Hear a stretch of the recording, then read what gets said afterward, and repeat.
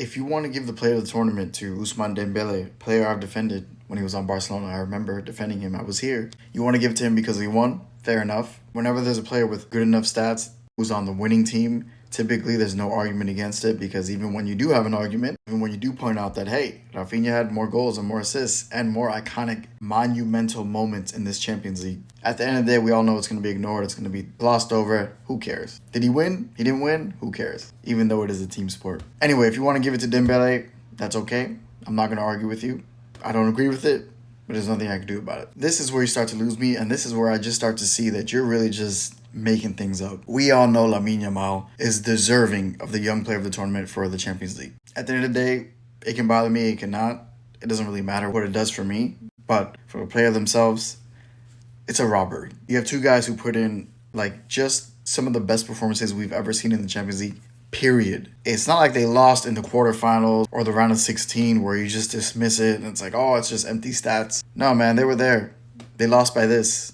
They would have been in that final. They should have been in that final because, let's be honest, nobody cared about yesterday's final.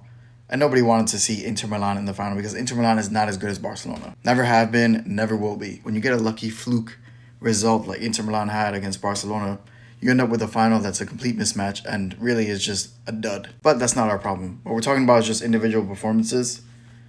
You just have to laugh. You're looking at a guy who had the most goals and the most assists. His stats don't matter, though, because he didn't win. You're looking at Lamine Yamal, who had one of the most iconic historic performances of all time, literally, against Inter Milan. But really, a performance that captivated the sport, that brought eyes to the sport, that brought interest, that brought life to the sport. This is the kind of defense that Lamine Yamal was going up against.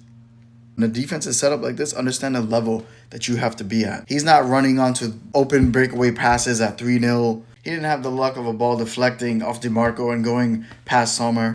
But he was balling. You start to force comparisons and narratives like, oh, there's this player who's just as good as Lamine. No, there's not. I like Doué. He's a great player. He's a talented player. He's not Lamine Yamal. That's not real. That wasn't even real, those two.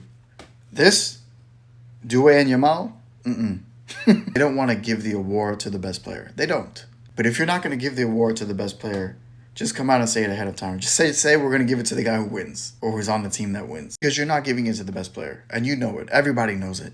Nobody here is going to take Doué over Yamal. Nobody. Why are you robbing someone of being recognized for greatness?